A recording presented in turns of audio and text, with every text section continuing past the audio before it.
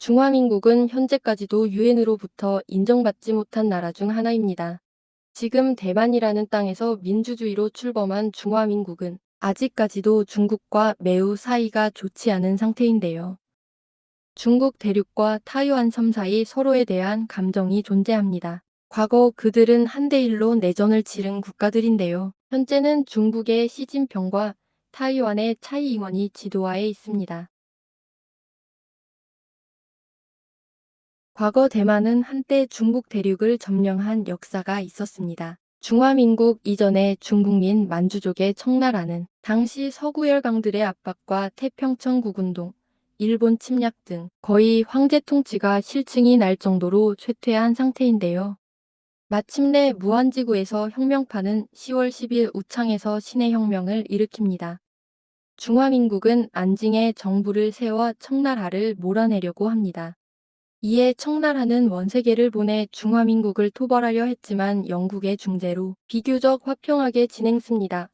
하지만 원세계는 청나라 황제를 퇴위시키는 조건으로 순원으로부터 대총통 지위를 이양받아 북경 정부를 조직합니다.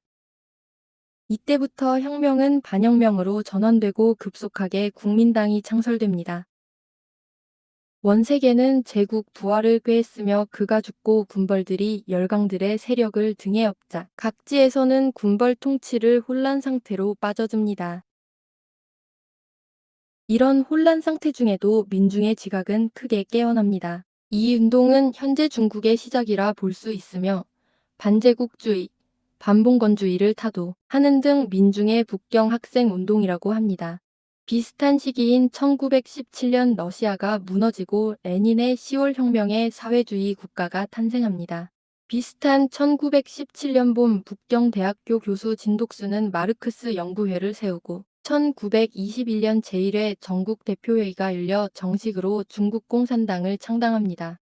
중국공산당은 창립 당시 미미한 존재였지만 몇 년이 지나지 않아 막강한 세력으로 성장합니다. 1927년 4월 공산주의자와 맞서는 세력이 있었으니 바로 그가 국민당 장개석입니다.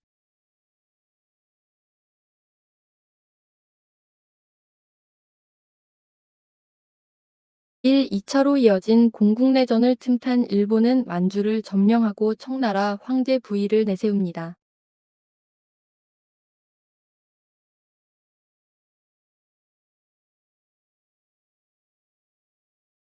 한편 일본은 국제사회에 큰 타격을 받고 일본은 패망하게 됩니다. 전쟁 직후 장개석 정부는 미국의 원조 덕분에 공산당보다 유리한 위치에 있었습니다. 하지만 실제로 공산당의 치열한 유격전으로 인해 국민당이 밀려나가게 됩니다. 결국 국민당은 공산당에게 중국 본토를 내주고 1949년 대만으로 쫓겨가는 신세가 됩니다. 1949년 10월 1일 모택동은 천안문 성로에서 중화인민공화국 수립을 정식으로 선포합니다. 10월 10일 대만에서는 장개석의 국민당 정부가 출범하게 됩니다. 중국 공산당의 2인자였던 류사오치는 모택동을 밀어내고 자본주의 등소평을 등용하여 핵심 인물로 부상합니다. 이에 불만을 느낀 모택동은 문화대혁명을 일으켜 류사오치를 박탈하고 등소평을 농촌으로 추방합니다. 1976년 모택동이 사망하자 화거펑은 문화대혁명 잔재를 제거하고 새로운 경제정책을 추진하지만 실용주의 등소평의 정책이 앞서 채택됩니다.